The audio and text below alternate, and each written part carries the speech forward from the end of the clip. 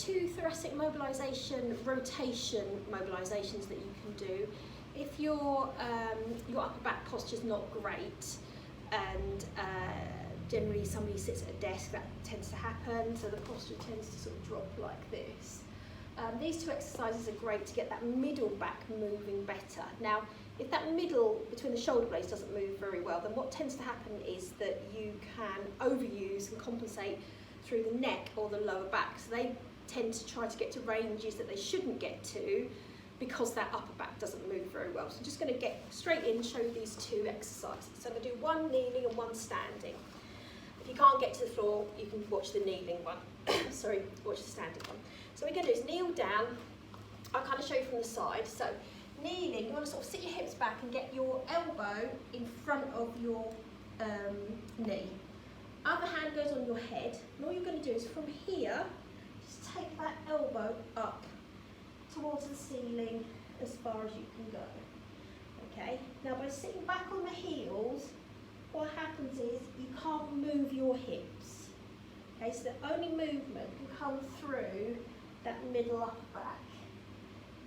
And so what you want to do is make sure that you're not sitting forwards and then kind of sinking the hip to try and get there. So sit back on the hip and just rotate that up. So I can feel that mobilising that upper back on me.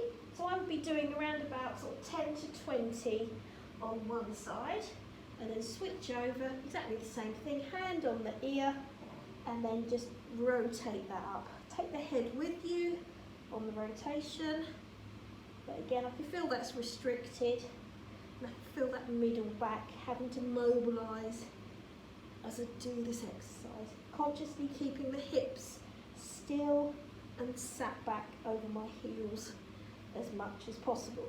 So again, 15 to 20 rotations on that side.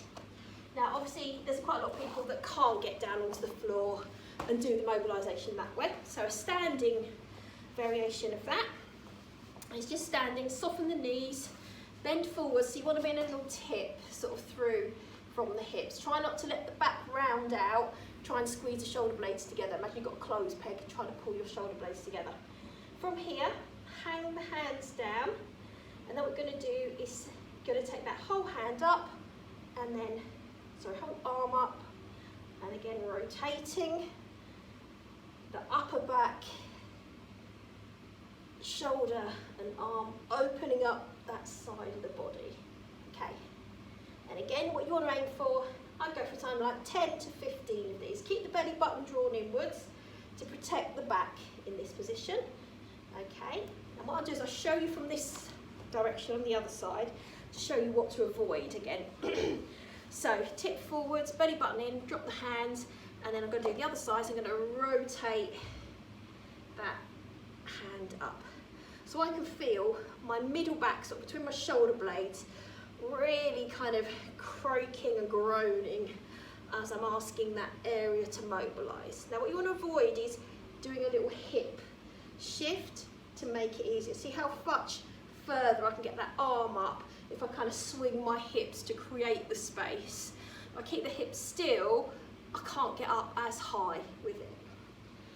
Okay, so again, belly button in to protect the back, and again 10 or 15 repetitions of that. Just two simple, easy little mobilisations to mobilise you in rotation through that middle back. So we quite often give what we call sagittal planes, so straight up, straight down mobilisations for the upper back. So you've got other bits and pieces like this, but I feel that that's a load. If you know, it's quite often you're given something like this to mobilise your upper back, but it's putting you into that kyphotic forward bend position straight away. You're feeding into a bad pattern.